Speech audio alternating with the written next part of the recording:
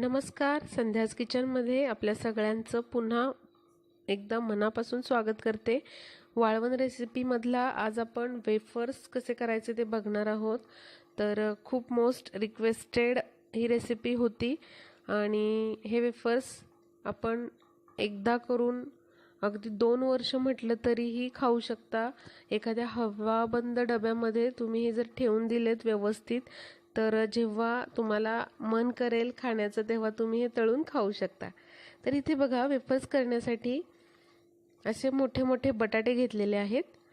एवढे असे तळहाता एवढे मोठे बटाटे आहेत। हे शक्यतो असे मोठेच बटाटे बघून घ्या, म्हणजे वेफर्स छान असे मोठे पडतात, अगदी छोटे पडत नाहीत आणि वाळल्यानंतरही ते व्यवस्थित असे मोठे दिसतात, खूप त्याचा असा चुरा होत नाही।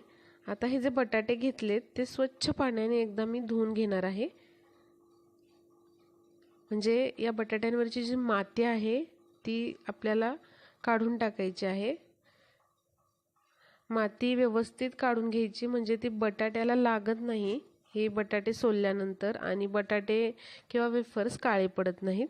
त्यामुळे माती व्यवस्थित काढून घ्यायची आहे बटाट्यांवरची। आता सगळे बटाटे व्यवस्थित स्वच्छ धुवून घेतलेत मी, आणि इथे सोलणीने याच्या ज्या वरची साल आहे ती काढून घेतलेली आहे, आणि असे जे कोंब वगैरे आलेले आहेत ते आपण सुरीने काढून घ्यायचे आणि अगदी व्यवस्थित याची सालं काढून घ्यायची आहेत। थोडंसं हलकंसं प्रेस करून काढून घ्यायची सालं, म्हणजे अगदी पटापट निघतात।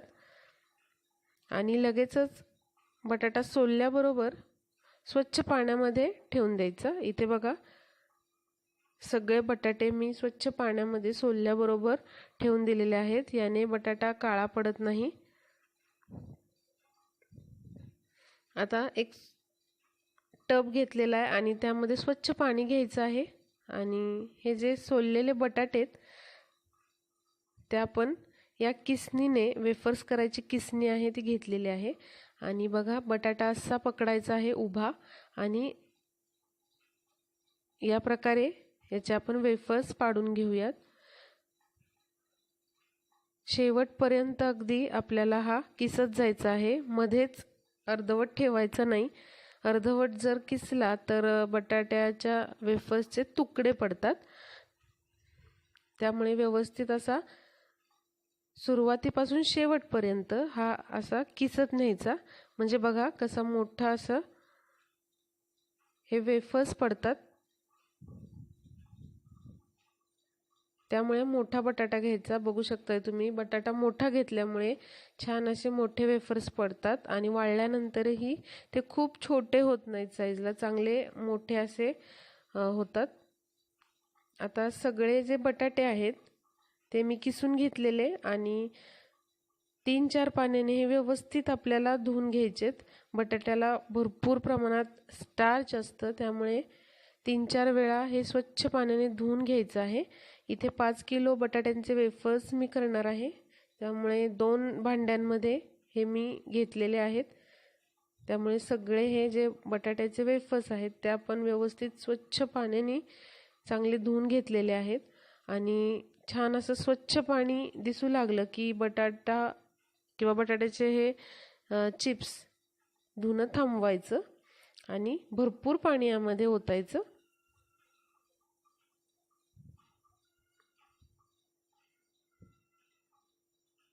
व्यवस्थित हे जे वेफर्स आहेत ते चांगले बुडले पाहिजेत।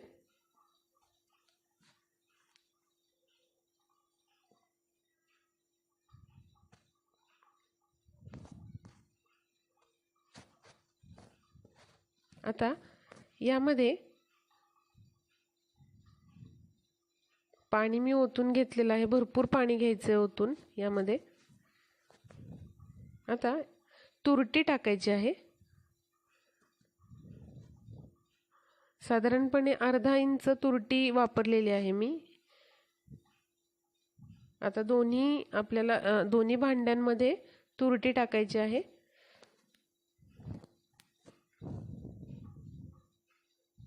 तुरटी टाकल्यामुळे चांगले हे वेफर्स पांढरे शुभ्र होतात, अजिबात काळपट होत नाहीत।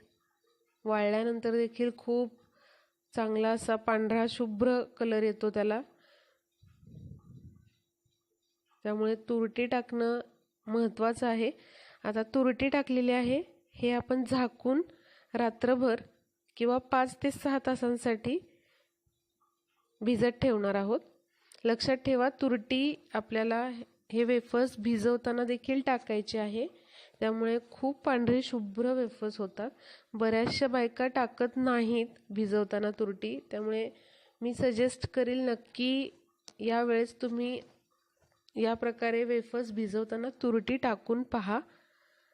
आता बघा, रात्रभर हे भिजवून घेतलेले वेफर्स बघा, तुरटी टाकल्यामुळे छान असे ते पांढरे शुभ्रच राहिलेले आहेत आणि मस्त असे ते करकरीत राहिलेले आहेत. मुख्य म्हणजे आता आपण एकीकडे पाणी तापवून घेतलेलं आहे. चांगलं पाणी उकळून घ्यायचं आहे, त्याला अशी खळखळून उकळी फुटली पाहिजे, तरच व्यवस्थित वेफर्स हे शिजवता येतात किंवा शिजवले जातात.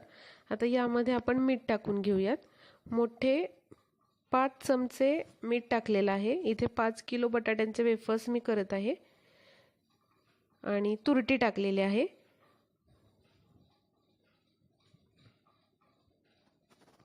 मीठ टाकताना खूप जास्त टाकू नका, कारण हे वेफर्स वाळल्यानंतर ते खूप खारट होतील, त्यामुळे थोडंसं कमी मीठ टाकलं तरी चालू शकतं.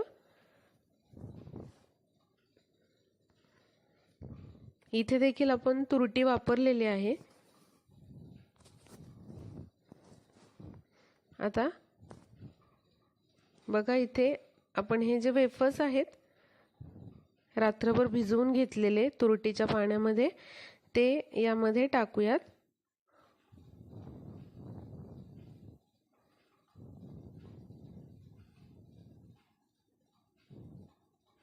आता यामध्ये आपण सगळे वेफर्स टाकून घेऊयात.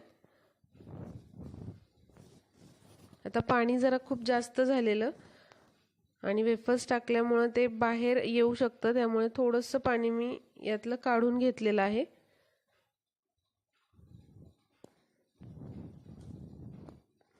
त्याचबरोबर संध्याच किचनच्या रेसिपी तुम्हाला कशा वाटतात मला प्लीज कमेंटमध्ये सांगा. तुमचे काही प्रश्न असतील तेही शेअर करत चला आणि चॅनलला अजून सबस्क्राईब केलं नसेल तर प्लीज सबस्क्राईब करा आणि या ज्या रेसिपीज आहेत त्या शेअर करत चला जास्तीत जास्त. आता सगळे वेफर्स टाकल्यानंतर असं एकदा खालीवर करून घ्यायचं.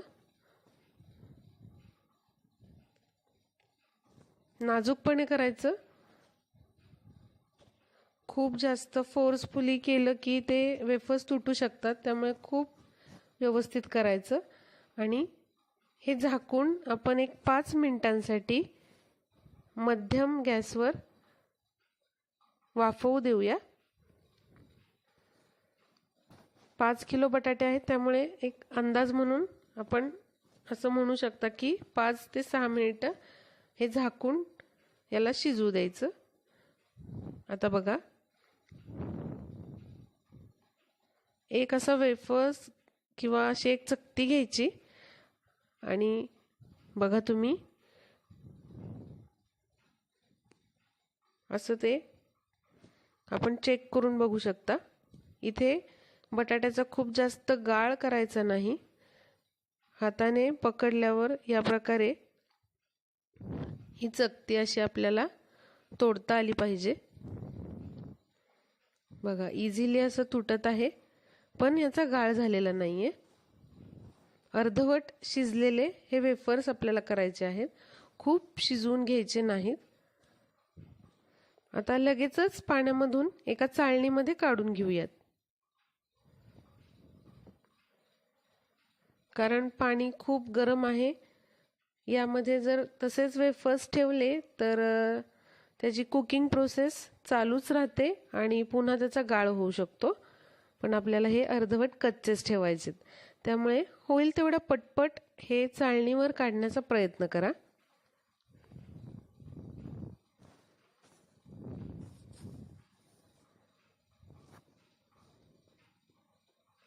आता सगळे जे वेफर्स आहेत ते आपण काढून घेऊयात चाळणीवर.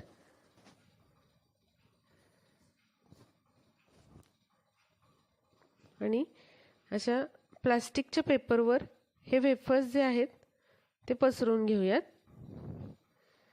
प्लास्टिक पेपर नसेल तर सुती कापडावर तुम्ही हे वेफर्स वाळवून घेऊ शकता. आणि हे आता सेपरेट करून घ्यायचे वेफर्स.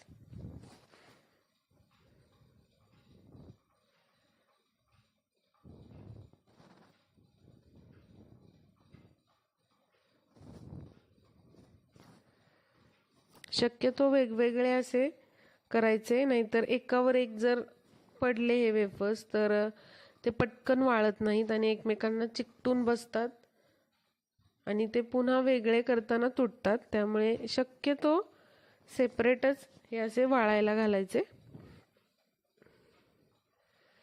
आता इथे थोडीशी जागा अपुरी पडली, त्यामुळे